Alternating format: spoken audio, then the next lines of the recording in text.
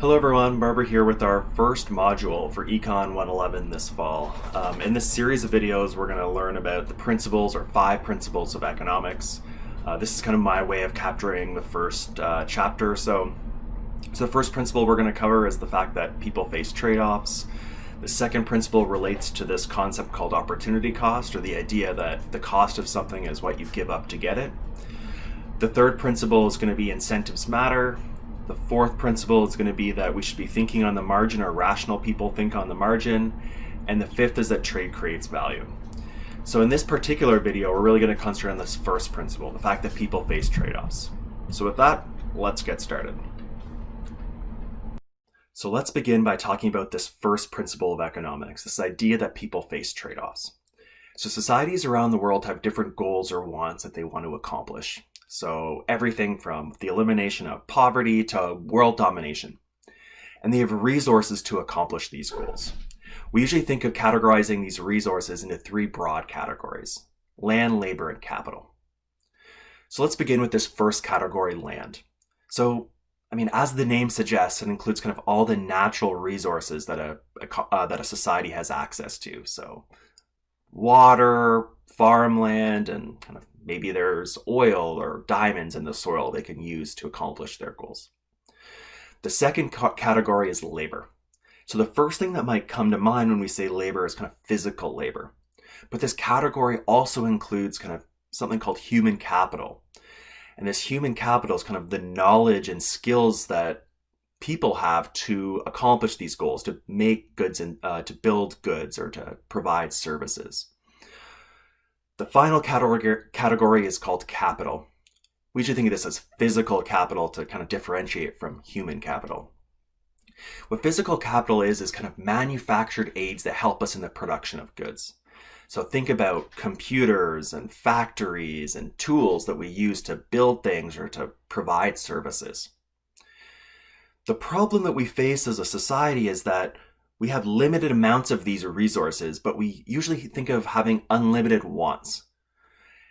And this brings up this idea of scarcity, that we have scarce resources to accomplish our goals. You may have seen this classic definition of economics. Economics is the study of the use of scarce resources to satisfy unlimited human wants. We can also think of this a bit more personally. So we have limited amounts of time in our day, we have limited budgets, and we have lots of things that we want to do. We have to choose between alternatives. We can't accomplish everything we want in a day usually. We have to choose, what do we actually want to do with our day? So at its base, economics is really about the study of how people make decisions. So let's explore this first principle of economics through a really simple example. Let's just imagine that you're starting your first semester at Queen's University in beautiful Kingston, Ontario. You have a meal plan, and including your meal plan is 150 flex dollars. And you can use these flex dollars to buy one of 2 goods: pitas or coffee orders. So you have $150 for the semester. If you don't spend it all, Queen's just claws the rest back. Every time you want to order a pita, it's going to cost you $10. Every time you order a coffee, it's going to cost you $5. Well, with this in mind, we could kind of graph out all the possible combinations of pitas and coffee orders that we could afford through the semester. So let's take a look. So let's think about how we can graphically represent all the different combinations of coffee orders and pita orders that we could afford with our $150 budget. So on the bottom here, we have our Cartesian plane. On the y-axis, we have the number of pita orders, and on the x-axis, we have the number of coffee orders. All right, so the first thing we need to figure out is if we spend all of our money on coffee orders, so all of our budget, our $150 budget on coffee, how many orders of coffee could we afford? Well, we have $150. The price of each coffee order is $5. $150 divided by 5 is 30. So we could afford 30 coffee orders if we spent our entire budget on coffee. So let's just mark that point on our Cartesian plane. So 0 pita orders and 30 coffee orders. So let's just make a dot right at that point. Now the next thing we can figure out, or we should figure out, is the maximum number of pita orders we could afford. So if we only spent our money on pitas, how many orders could we afford? Well, we're going to use the exact same technique. Our budget divided by the price of that good is going to give us the maximum we could afford if we spent our entire budget on that. So again, $150 is our budget, and the price of pita orders is $10, so we could get 15. So in general, when we want to figure out the max of something we could afford, we just take our total budget and divide it up by the price of that good. And let's mark that on our graph. So 15, halfway between 10 and 20, right over here. And now, because the prices are constant, we could just pull out the ruler here and put a straight line between these 2 points.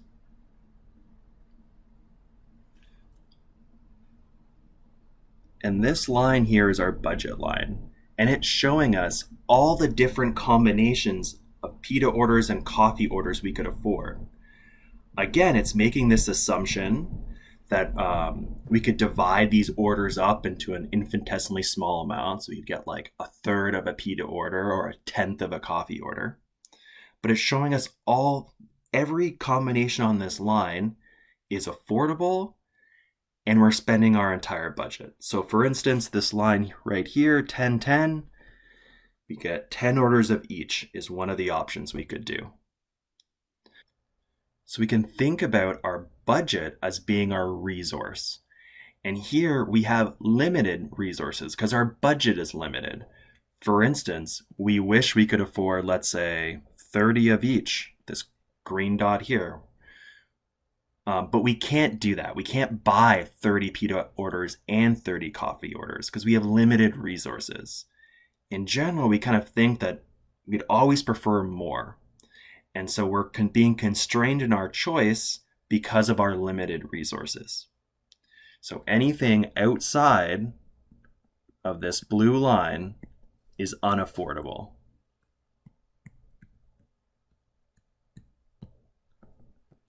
Now, anything inside the blue line is definitely affordable. So any of these red dots here are definitely affordable, but we're not spending our entire $150 budget.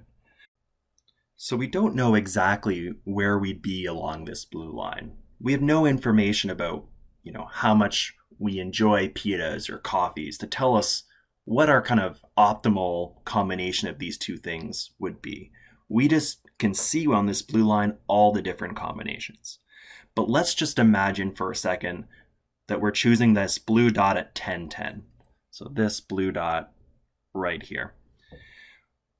Well, this graph shows us the trade-off between the goods. For instance, if we wanted to have more coffee orders, so if we wanted to, increase our coffee orders, we have to decrease the number of pita orders. So if we want to move along this blue line to increase our coffee orders, we need to go down on the y-axis. So this is showing this idea of trade-offs. We're limited by our budget of $150. We're spending it all on 10 pita orders and 10 coffee orders. If we want more coffee orders, we need to give up some pita orders. Conversely, if we wanted more pitas, we'd have to give up some of our coffee.